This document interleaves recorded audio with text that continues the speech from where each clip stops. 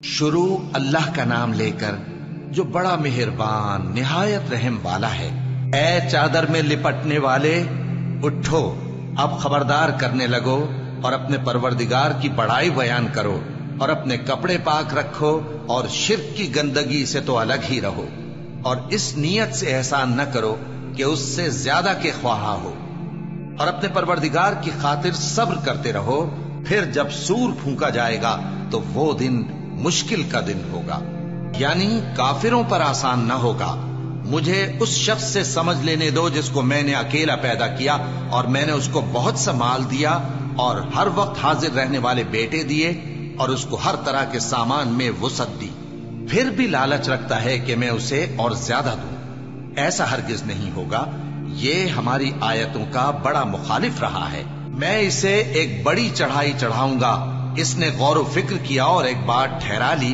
یہ مارا جائے، اس نے کیسی تجویز کی، پھر یہ مارا جائے، اس نے یہ کیسی تجویز کی، پھر اس نے نگاہ کی، پھر تیوری چڑھائی اور منہ بگاڑا،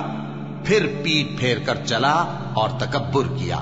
پھر کہنے لگا یہ تو جادو ہے جو پہلے لوگوں سے برابر ہوتا آیا ہے، پھر بولا یہ اللہ کا کلام نہیں بلکہ بشر کا کلام ہے، میں ان قریب اس کو سقر میں داخل کروں گا، اور تم کیا سمجھے کہ سقر کیا ہے؟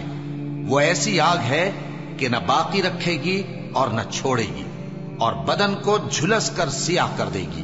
اس پر 19 داروغہ ہیں، اور ہم نے دوزخ کے داروغہ فرشتے ہی بنائے ہیں، اور ان کا شمار کافروں کی آزمائش کے لیے مقرر کیا ہے،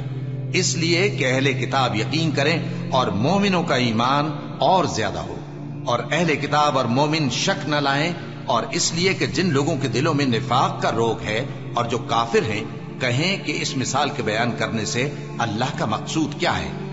اسی طرح اللہ جس کو چاہتا ہے گمراہ رہنے دیتا ہے اور جس کو چاہتا ہے ہدایت دیتا ہے، اور تمہارے پروردگار کے لشکروں کو اس کے سوا کوئی نہیں جانتا، اور یہ قرآن تو بنی آدم کے لیے نصیحت ہے۔ ہاں ہاں، قسم ہے چاند کی اور رات کی جب رخصت ہونے لگے اور صبح کی جب روشن ہو جائے، کہ وہ آگ ایک بہت بڑی آفت ہے، انسان کے لیے ڈر کی چیز، یعنی اس شخص کے لیے جو تم میں سے آگے بڑھنا چاہے یا پیچھے رہنا چاہے۔ ہر شخص اپنے کرتوتوں کے باعث گرفتار ہوگا، مگر داہنی طرف والے نیک لوگ جنتوں میں ہوں گے اور پوچھتے ہوں گے، یعنی آگ میں جلنے والے گناہگاروں سے کہ تم دوزخ میں کیوں پڑے؟ وہ جواب دیں گے کہ ہم نمازیوں میں شامل نہ ہوئے، اور نہ ہم فقیروں کو کھانا کھلاتے تھے، اور ہم بحث کرنے والوں کے ساتھ مل کر بحث کرتے تھے، اور روز جزا کو جھٹلاتے تھے، یہاں تک کہ ہمیں موت آ گئی۔ تو سفارش کرنے والوں کی سفارش ان کے حق میں کچھ فائدہ نہ دے گی۔ ان کو کیا ہوا ہے کہ نصیحت سے روگرداں ہو رہے ہیں، گویا گدھے ہیں کہ بدک جاتے ہیں جو شیر سے ڈر کر بھاگ جاتے ہیں۔ اصل یہ ہے کہ ان میں سے ہر شخص یہ چاہتا ہے کہ اس کے پاس کھلی ہوئی کتاب آئے،